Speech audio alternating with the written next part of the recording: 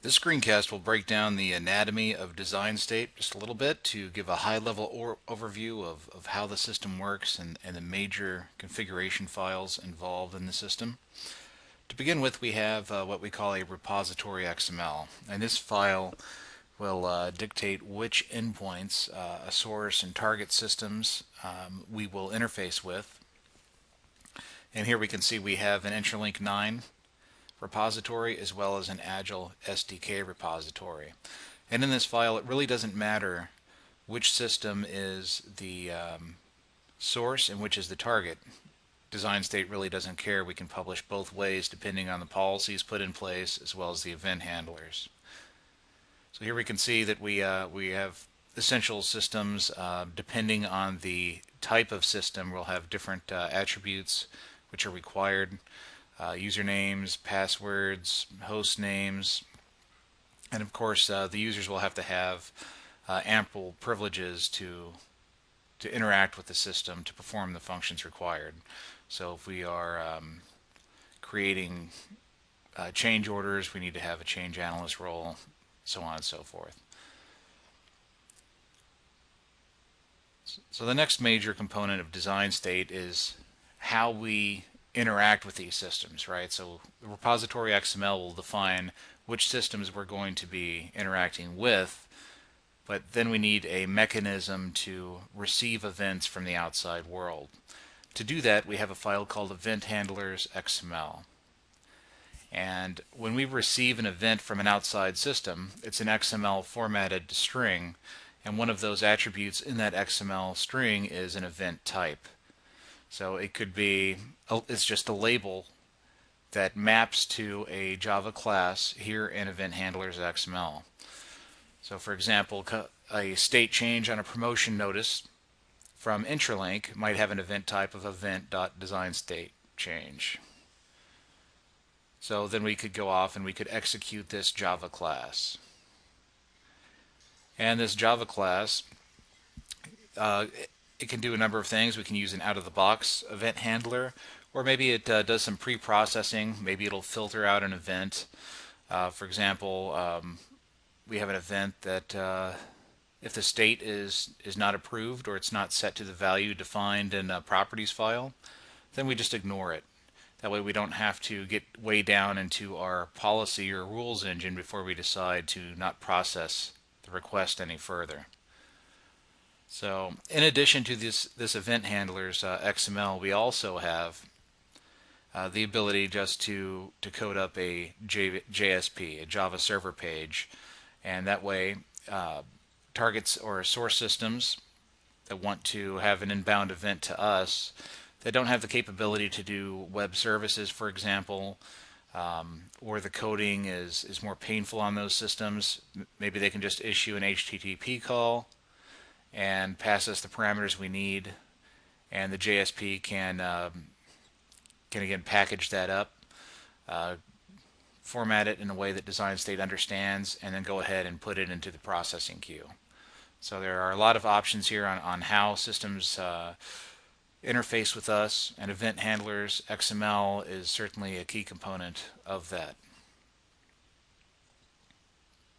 So when an event does come in, whether it's through event handlers or a JSP or even pulling in a file for processing, we have another file called match XML, which will take this event type in the target system, and it has some real basic rules, and it will tie that event to a policy.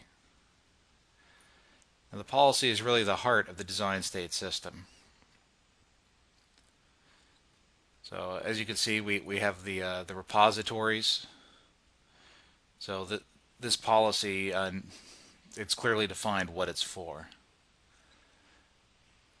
But there are about 5 core pieces or blocks of XML code in this policy. The first one is retrieve data.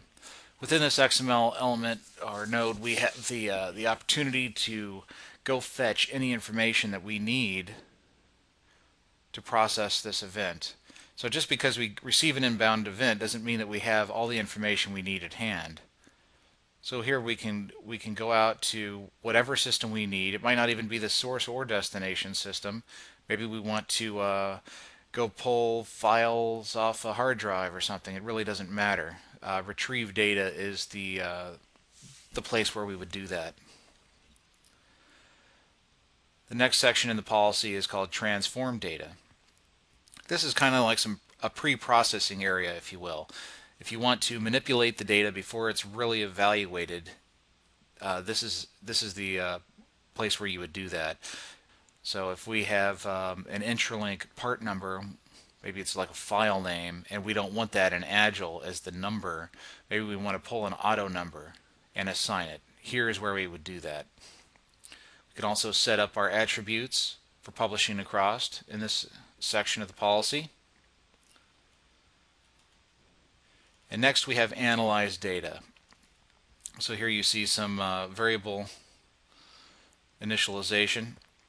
So analyze data is really the nuts and bolts of the policy. It will go through and it will go through each element on the publishing request and evaluate it according to the rules that you define here. So maybe you don't want parts with the name that start with X to come across. Well, you could create a rule here, just an if block that resides in a loop to go in, and you match on that criteria. If you don't want that to publish, you simply set a flag so that it gets excluded from the publishing event. We also have a feature called the synchronization log. The synchronization log is key because it tells us what items in Intralink have been published into Agile.